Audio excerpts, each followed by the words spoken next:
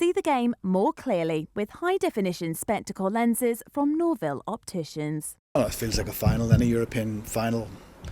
Players won't get a huge number of opportunities to play in a game as big as this across the course of their career. So I think if you're around today, you'll sense the excitement and the expectation that's around the squads. We've had an interesting couple of weeks after the Exeter performance and the pressure that was around that, leading into last Saturday, which was, I don't know how to describe the game, but certainly not very enjoyable. And then, come into what is the biggest game of the season for us. And what would it mean for you to win some silverware at the end of your first season here? I think with the group of players that we have, with the management that have come in, we all want to be involved in successful teams. We all want to be involved in playing in cup finals, winning trophies. We probably didn't expect to get to this stage this year, but we know the quality that's in this group. We know that the quality is there. We know the team that on its day can compete with anybody, but we probably don't yet have the depth in our squad to compete across the course of a season. And that's something we'll continue to build on over the course of the next couple of years. But being involved in a final is great, but we want to win the final.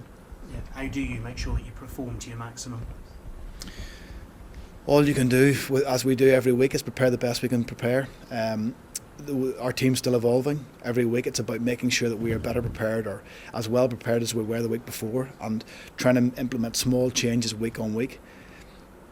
Across the course of the year, I think we generally are much better now than we were at the beginning of the season, but there's always huge improvement, and we know that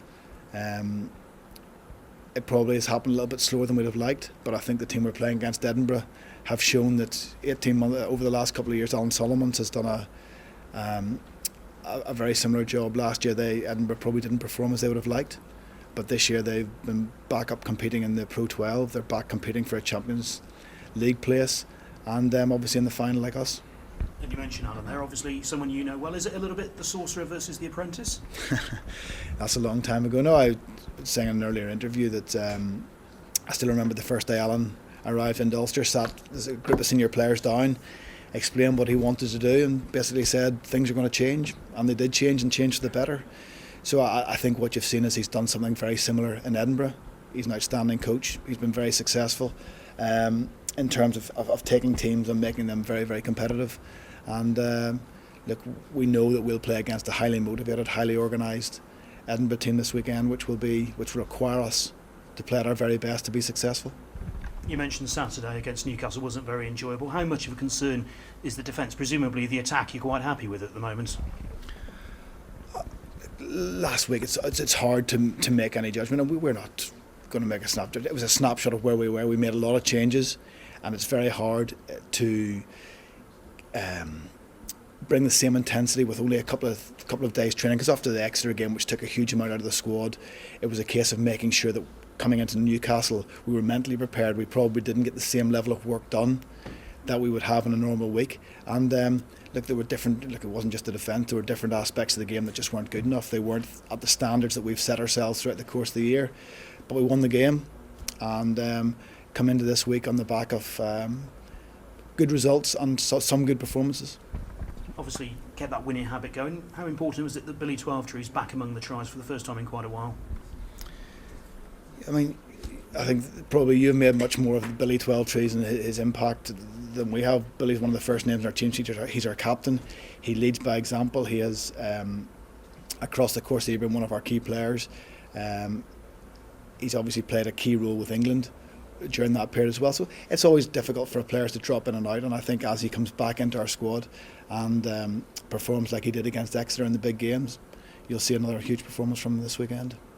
Yeah, Gloucester have put out the big guns in this competition. You've taken it seriously all along, looking at the likes of Matt Kvesic and James Hook as well. How important has it been that they've played every game and their impact shown in the stats? We can say that we don't necessarily believe that our league position reflects the way we've played at different stages throughout the course of the year. But the one competition where our performances have been at a high level consistently have been in Europe. That's been reflected in the selections that we've made. But even when we've made some changes throughout the course of the competition, players who have come in have played well. We've gone to France and won twice, which is a positive in any year. We finished the pool stages unbeaten. Again, was something that we set ourselves as a target.